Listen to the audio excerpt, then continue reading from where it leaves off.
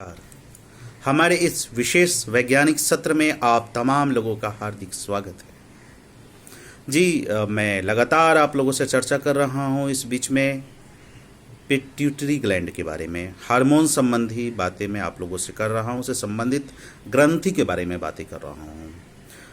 मैं पुनः एक बार इस बात को डिक्लेयर कर दूँ कि अभी जो कुछ ये वीडियो मैं जारी कर रहा हूँ, ये खास करके उन लोगों के लिए जारी कर रहा हूँ जो लोग किसी कारणवश चाहत रखते हुए भी गरीबी के कारण या पहुंच के कारण या अन्य कारणों से जिज्ञासा रखते हुए किसी अच्छे शिक्षक के अधीनस्थ विज्ञान का अध्ययन नहीं कर पाते हैं। तो मैं उन्हीं लोगों को खास में ध्यान रखते हुए, और ऐसे मेरे खास के छात्र छात्राएं बिहार, झारखंड, उत्तर प्रदेश, आसाम, बंगाल, इन सबों से इमरजेंसी मेडिकल टेक्नोलॉजी के लिए या पैरामेडिकल के लिए हमसे जुड़े हुए हैं। उन लोगों को सहज करने के लिए, दोबारा पाठ्यक्रम का अध्ययन करने के लिए, याददाश्त बढ़ाने के लिए और जानकारी बढ़ाने के लिए मैं अति ही क्लिष्ट शब्दों को अति ही आसान शब्दों में आप सबों के बीच पेश करने की कोशिश कर रहा हूं। हमारी ये कोशिश है, मैं कोई बहुत बड़ा विद्वान नहीं हूं, लेकिन मेरी कोशिश है कि आप लोग के बीच थोड़ा बहुत जो बातें हैं वो पहुंचा सकूं। विद्वत जनों का लगातार हमारे पास सुझाव आ रहे हैं, मैं उन्हें सबसे पहले प्रणाम करता हूं। जो लोग भी मुझे किसी अपने द्वारा मार्गदर्शन करते हैं, और आपका लगातार प्रश्न भी मिलता रहता है। प्रश्न आपके संबंधित अध्याय में आपका उल्लेख करते हुए, बहुत लोग नाम नहीं बताने की गुजारिश करते हैं, उनको ध्यान में रखते हुए आपका उल्लेख करते हुए उस समय हम आपकी चर्चा करेंगे। प्रश्न लिख लिया गया है लगातार दिमाग में भी, और आपका अभी हाल ही में एक प्रश्न आया था हमारे किसी फेसबुक फ्रेंड के द्वारा थायराइड स्टॉर्म के बारे में भी। तो थायराइड स्टॉर्म पर हम लगातार चर्चा करेंगे, आप चिंता न करें। हम जब थायरोटॉक्सिकोसिस की चर्चा करेंगे, जब प्राइमरी थायरोटॉक्सिकोसिस की चर्चा करेंगे, हाइपोथायराइडोटॉक्सिकोसिस की चर्चा करेंगे, तो उस दौरान हम इस पर विशेष व्याख्यान जरूर देंगे। इसलिए मैं छोटे छोटे अध्यायों में लेकर देर न करते हुए हम आपके बीच लेकर चल रहे हैं, क्योंकि लगातार हम पिट्यूटरी ग्लैंड के बारे में चर्चा कर रहे हैं, पिट्यूटरी ग्लैंड से निकलने वाले हार्मोन के बारे में चर्चा कर रहे हैं। तो हम इसी सत्र को आपके बीच रख रहे हैं आज। तो आज हम इसे पिछले सत्र में आपसे चर्चा किए थे कि हार्मोन क्या है, पिट्यूटरी ग्लैंड के आकार क्या है, और उसमें मैंने आपको बताया था कि पिट्यूटरी ग्लैंड थैलेमस के नीचे हाइपोथैलेमस से जुड़े होता है, और उसका 3 भाग में विभक्त होता है। एक ही होता है लेकिन 3 भाग में होता है। आगे वाले भाग को हम एंटर पिट्यूटरी या एडेनो हाइपोफाइसिस कहते हैं, पीछे वाले भाग को हम पोस्टीरियर पिट्यूटरी या न्यूरो हाइपोफाइसिस कहते हैं, और बीच में जो पार्ट है इंटरमीडिएट लोब है। तो उससे जो आज हार्मोन निकलता है, उससे जो हार्मोन्स निकलते हैं, उसी पर आज चर्चा करना है आपके बीच। आप ध्यान रखें, और आपसे गुजारिश है कि आप हमारे चैनल को सब्सक्राइब कर ले, या आप अन्य जो ज़्यादातर ज़रूरत है जिन्हें, आप उन्हें साझा करें, जरूर साझा करें। तो आज हम उसी बीच वाले हार्मोन, इंटरमीडिएट लोब, आगे नहीं, आगे वाले लोब नहीं, पीछे नहीं, बीच वाले लोब की हम चर्चा कर रहे हैं। एक एक करके हमारे आपके बीच, और सबों पे हम आसान शब्दों में मुखातिब होंगे। तो बीच वाले हार्मोन पे हम चर्चा कर रहे हैं। मैंने पिछली बार बताया था कि बीच में जो एंटेरियर पिट्यूटरी के बाद जो हमारा एंटेरियर पिट्यूटरी के बाद जो इंटरमीडिएट लोब है, वहाँ जो हार्मोन सेक्रेट होता है जी, तो वो जनरली इंसान में नहीं होता, ह्यूमन मैमल में नहीं है, अदर मैमल्स में मिलता है, लेकिन इंसान में भी मिलता है। इसे इंटरमीडिएट लोब से जो हार्मोन निकलता है उसे मिलेनोसाइट स्टिमुलेटिंग हार्मोन कहते हैं। मिलेनोसाइट स्टिमुलेटिंग हार्मोन कहते हैं। इसे मिलेनोट्रोफिन्स भी कहते हैं, या इंटरमेडियंस भी कहते हैं। इसका 3 नाम से इसे पुकारते हैं हम लोग जनरली, या MSH भी लोग को बहुत शॉर्ट में बोला करते हैं। MSH मिलेनोसाइट स्टिमुलेटिंग हार्मोन, या मिलेनोट्रोफिन, या इंटरमेडिन। मैं बता दूं, ये हार्मोन हमारा parse intermedia of the anterior lobe of pituitary gland से सेक्रेट होता है, जो प्रोड्यूस्ड होता है। पार्स इंटरमीडिया, बीच वाले जो हिस्सा है एंटीरियर लोब के बाद वाला हिस्सा, उससे सेक्रेट होता है। और ये भी पेप्टाइड यानी प्रोटीन हार्मोन ही है, जो कि जिसे न्यूरोपेप्टाइड भी कहते हैं। और ये alpha melanocyte stimulating hormone, beta melanocyte stimulating hormone, and gamma alpha beta and gamma melanocyte stimulating hormone में हम इसका अध्ययन करते हैं। इसको देखा गया है, ये 3 प्रकार के स्ट्रक्चर रखता है। इसका मैं कैसे बहुत ज़्यादा नहीं इसकी चर्चा मैं करूंगा, चूँकि ये बहुत ज़्यादा है नहीं और ह्यूमन में नहीं है, इसका खास काम पे पहुंचेंगे। इसका कैसे शरीर में निर्माण होता है और क्या ये काम करता है, हम इसी सत्र पर आपसे चर्चा कर रहे हैं। तो इसमें क्या है कि ये हमारा generally different cleavage of the proopiomelanocortin protein से निकलता है जी। ये प्रोटीन से, ये खास करके ऐसा प्रोटीन जो कि पहले वाला है, प्रोपायोमिलेनोकार्टीन प्रोटीन होता है हमारे पास, उसी के डिफरेंट क्लीवेज निकलते हैं, जो कि ऑल्सो न्यूरोपेप्टाइड, जैसे कि हमारा एड्रेनोकॉर्टिकोट्रोफिक हार्मोन है, उसी का ये इल्ड्स कह सकते हैं, ये इसका इल्ड है।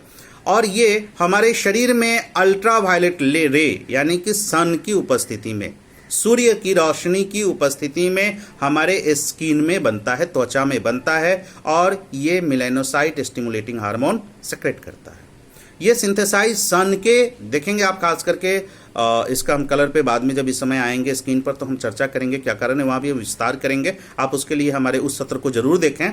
लेकिन बता दें कि जब अल्ट्रावायलेट सन का जो रे है, चूँकि इंफ्रा है, अल्ट्रा है, सारे का लगभग सारे कलर का अपना एक खास पहचान है, सबका लेवल है। तो अल्ट्रावायलेट रे जब लाइट हमारे स्किन पे आता है तो हमारे स्किन में इसकी उपस्थिति में मेलानोसाइट स्टिमुलेटिंग हार्मोन बनता है। और हमारे हाइपोथैलेमस में, जी हाइपोथैलेमस यानी कि आर्क्वेट न्यूक्लियस जो है, वहाँ ये लेप्टिन प्रेजेंट रहता है। उसके लेप्टिन के उपस्थिति में alpha melanocyte stimulating hormone secret करता है।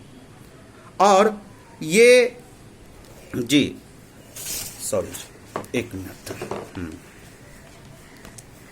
और ये interior lobe of pituitary gland पे सेक्रेट होता है। ध्यान रखेंगे, ये क्या होता है, हमारे थाइलमस में लेप्टिन हार्मोन है, उसकी उपस्थिति में अल्फा मेलानोसाइट स्टिमुलेटिंग हार्मोन वहाँ सेक्रेट होता है, और ये बनता है और सेक्रेट होता है इंटीरियर। देखिए आगे वाला ही है तो उसको छोड़ नहीं सकते, आगे से जस्ट सटा हुआ पीछे है। तो इंटीरियर लोब जो है ना पिट्यूटरी ग्लैंड का, वहाँ सेक्रेट होता है, जहाँ से ये हमारा पास इंटरमीडियन, जिसके द्वारा अल्फा एमएसएच क्या करता है, अल्फा मेलानोसाइट स्टिमुलेटिंग हार्मोन क्या करेगा, वह प्रोडक्शन करेगा और रिलीज करेगा हमारे शरीर में मेलानिन को, स्किन में मेलानिन को, क्योंकि मेलानोसाइट प्रेजेंट है, जहाँ से मेलानिन का फॉर्मेशन करेगा और वहाँ से हमारा, जिस कारण हमारा बाल या त्वचा रंगों से प्रभावित होगा। मेलानिन को हम लोग बायोलॉजिकल कलर भी कहते हैं, क्योंकि इसी से हमारा स्किन या हमारा जो स्किन का कलर है या हेयर का कलर है वह हमारा प्रभावित होता है। Hypothalamus alpha melanocyte stimulating hormone generally क्या है, जब ज़्यादा होगा तो ये हमारे एपेटाइट को, जब भूख को और सेक्सुअल अराउजल कुछ एनिमल में देखा गया है, वहाँ भी आपको ये स्टिमुलेट करेगा, वहाँ पर भी काम करेगा। जैसे अगर आप धूप में जा रहे हैं तो आप देखते होंगे थोड़ा सा कि आप में क्या आता है, तो अल्ट्रावायलेट रे का ज़्यादा उपस्थिति में या कम उपस्थिति में जो अंतर आता है, ये आप स्वतः अध्ययन करते होंगे कि रंग काला हो जाता है, आपका ज़्यादा डीप हो जाता है, या सेक्सुअल अराउजल जनरली सेक्स के प्रति चाहत होने लगता है। तो ये खास करके, और कुछ एनिमल में देखेंगे कि एनिमल के बदन पे छोटा छोटा रंग का दाना या गहरा ये सब होने लगता है। हमारे इंसान में क्या होता है कि जैसे ही अल्फा हमारा मेलानोसाइट स्टिमुलेटिंग हार्मोन ज़्यादा होगा तो स्किन का रंग गहरा कर देता है। खास के ये प्रेगनेंसी के समय जब महिला प्रेग्नेंट होती हैं तो एस्ट्रोजन हार्मोन का सेक्रेशन भी ये इंक्रीज कर देता है, उसको भी बढ़ा देता है। जैसे अगर कुछ डिजीज़ है, कसिंग डिजीज है, एडिसन्स डिजीज है, वहाँ भी है ना, हाथ है, जैसे हाथ में देखेंगे कुछ ऐसे एरिया है जहाँ की ये ज़्यादा होता है, या महिला का निप्पल है वहाँ भी, या गाल के कुछ साइड में अंदर वाली साइड में देखेंगे, या कुछ नया, जैसे कि अगर नया कट गया आप देखेंगे तो जैसे ही नया कटता है तो आप देखेंगे उसका रंग गहरा हो जाता है।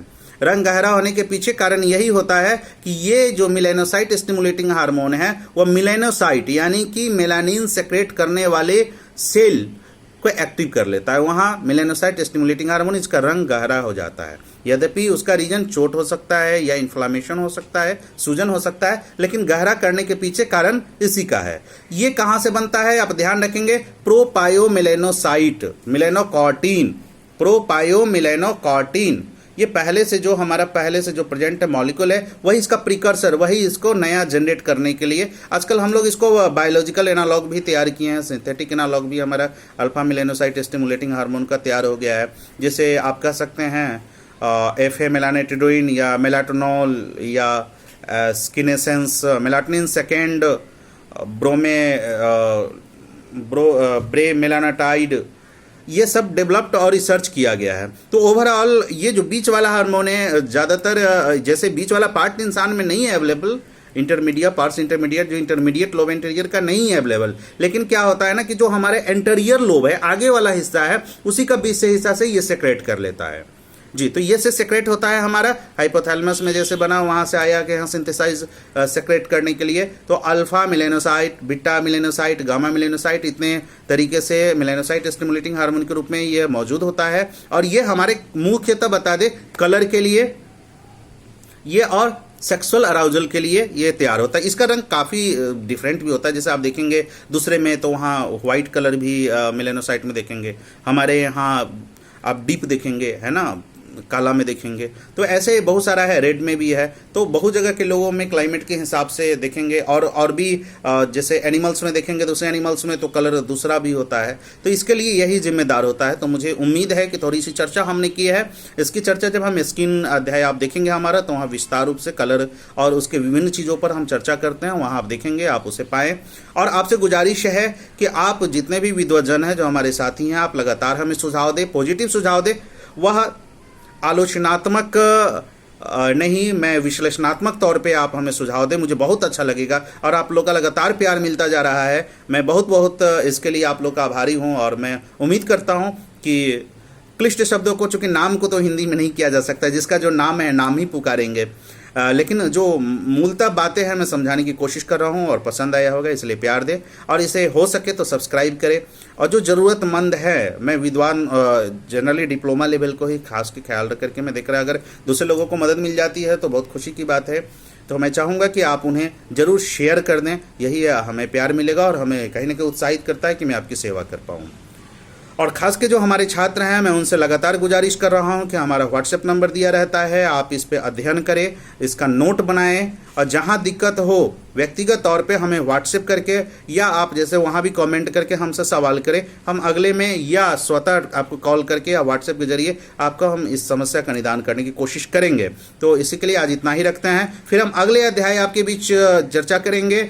जो पोस्टेरियर लोब है, न्यूरो हाइपोफाइसिस जो हमने चर्चा किया था, आप शुरुआती दौर से देखिए जितने भी लोग देखते हैं ना वो बीच से देखते हैं और कहते हैं कि ये बात नहीं। आप शुरुआती दौर से जब देखेंगे तो बिल्कुल आपको लेक्चर समझ में आएगा, आप उन्हें देखें और उससे समझने की कोशिश करें। तो आप जो भी है ना, मैं इसके बाद जो पोस्टेरियर लोब पर आ रहा हूँ, मैं बहुत ही इंपॉर्टेंट हार्मोन है उसका, उस पर मैं चर्चा करूँगा, उससे जुड़ी जीवन की तमाम बातों पर चर्चा करूँगा। तो आज इतना ही, धन्यवाद।